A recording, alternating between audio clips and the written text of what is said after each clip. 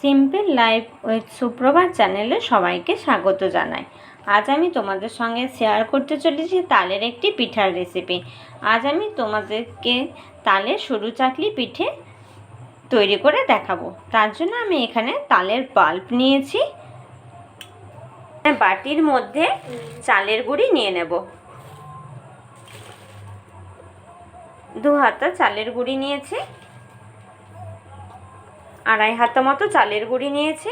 এরপর আমি এতে তালের পাল্প দিয়ে দেব।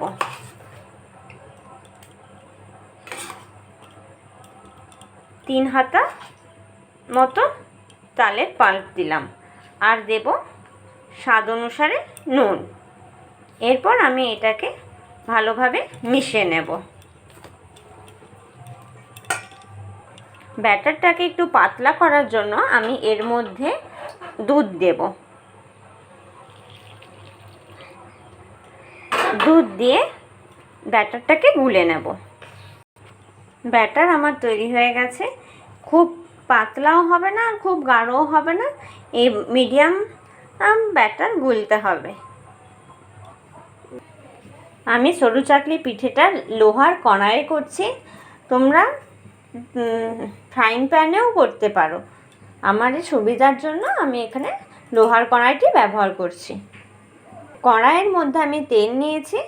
এবার তেলটি গরম হয়ে গেলে ব্রাশ দিয়ে আমি তেলটাকে একটু চারধারে বুলিয়ে নেব।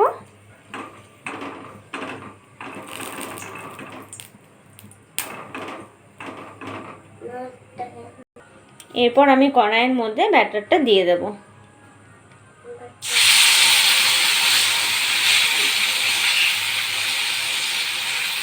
ব্যাটারটাকে দিয়ে এবারে চারধারে আমি এটা করে নেব। এভাবে আমি করে নিয়েছি। এরপর এটি এক পাশটা হয়ে গেলে আমি উল্টে দেব। এক পাশটা হয়ে যেতে আমি আরেক পাশটা উল্টে ফেলেছি। যেভাবে তুলে নিয়েছি, আবারও কড়াইয়ের মধ্যে অয়েল ব্রাশ করে নেব।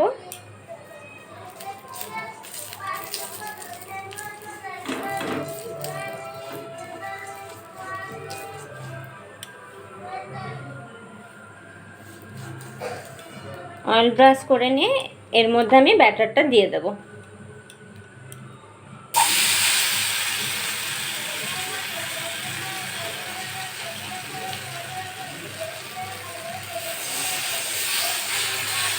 যে হালকা হালকা করে এটাকে গোল করে নেব।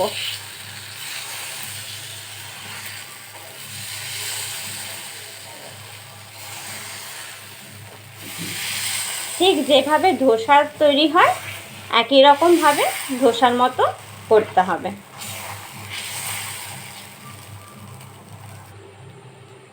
একটা সাইড হয়ে গেছে, আমি আবার এটাকে আরেকটা সাইড উল্টে দেব। উল্টে ওই পাশটাকে আরেকটু ভেজে নেব। দু পাশটা ভালোভাবে হয়ে গেলে এবারে এটিকে আমি তুলে নেব। একই রকমভাবে বাকিগুলোকেও করে নেব। একই রকমভাবে আবারও কড়াইয়ে তেল ব্রাশ করব। অয়েল ব্রাশ হয়ে গেলেই আমি এর মধ্যে গ্যাসের ফ্লেমটা মিডিয়াম থাকবে, মিডিয়াম ফ্লেমে করা হবে।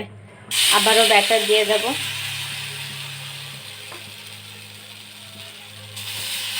ব্যাটার দিয়ে ব্যাটারটাকে ধোসার মতো করে গোল শেপ দিয়ে দেব।